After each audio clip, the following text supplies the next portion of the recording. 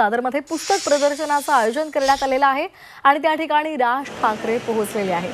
हे दृश्य आपण झी 24 तासवर पाहतोय। मुंबईतल्या दादरमधल्या शिवाजी पार्कवर पुस्तक प्रदर्शनाचं आयोजन करण्यात आलेलं आहे आणि या पुस्तक प्रदर्शनाला राज ठाकरेंनी भेट दिलेली आहे। इथे एक चिमुरडी सुद्धा पाहायला मिळते आणि तिचा आणि राज ठाकरे यांचा संवाद सुरू आहे। मराठी भाषा दिनानिमित्तानं मराठी भाषा गौरव दिनानिमित्तानं मनसेकडून पुस्तक प्रदर्शनाचं आयोजन करण्यात आलेलं आहे आणि या पुस्तक प्रदर्शनाला राज ठाकरे यांनी भेट दिलेली आहे। इथे काही नागरिक आलेले आहेत, तसंच एक चिमुरडी राज ठाकरेंशी संवाद साधते।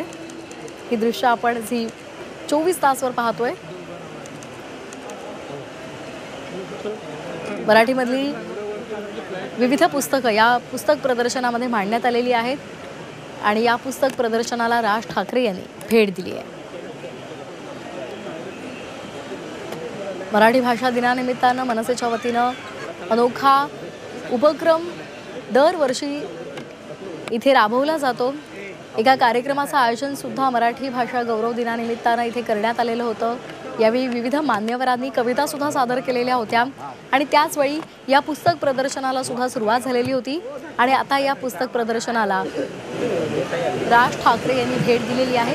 कोणकोणती पुस्तकं यामध्ये आहेत, त्या पुस्तकांचा ते आढावा घेत आहेत, त्या पुस्तकांविषयीची अधिक माहिती राज ठाकरे जाणून घेत आहेत। विविध स्टॉल्सवर ही पुस्तकं उपलब्ध आहेत।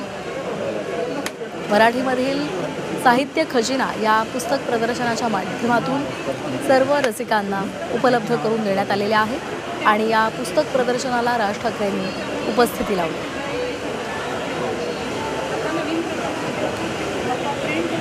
तर ही दोन दृश्य आपण पाहतोय। पहिलं दृश्य आहे दादरमधल्या शिवाजी पार्क इथे पुस्तक प्रदर्शनाचं आयोजन करण्यात आलेलं आहे आणि या पुस्तक प्रदर्शनाला राज ठाकरेंनी भेट दिलेली आहे। यावेळी नितीन सरदेसाई तसंच संदीप देशपांडे सुद्धा पाहायला मिळतात।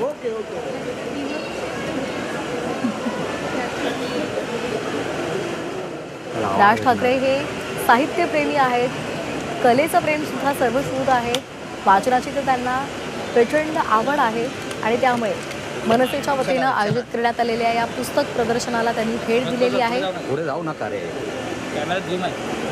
आणि ही दोन दृश्य आपण पाहतो। पहिलं दृश्य पुस्तक प्रदर्शनाचं आणि दुसरं दृश्य आहे नागपूरमधलं।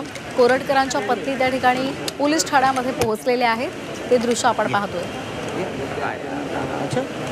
पूर्ण आतमध्ये आला काय करू ते सांग, तुला हवं तसं सगळ्यांना मागे झाला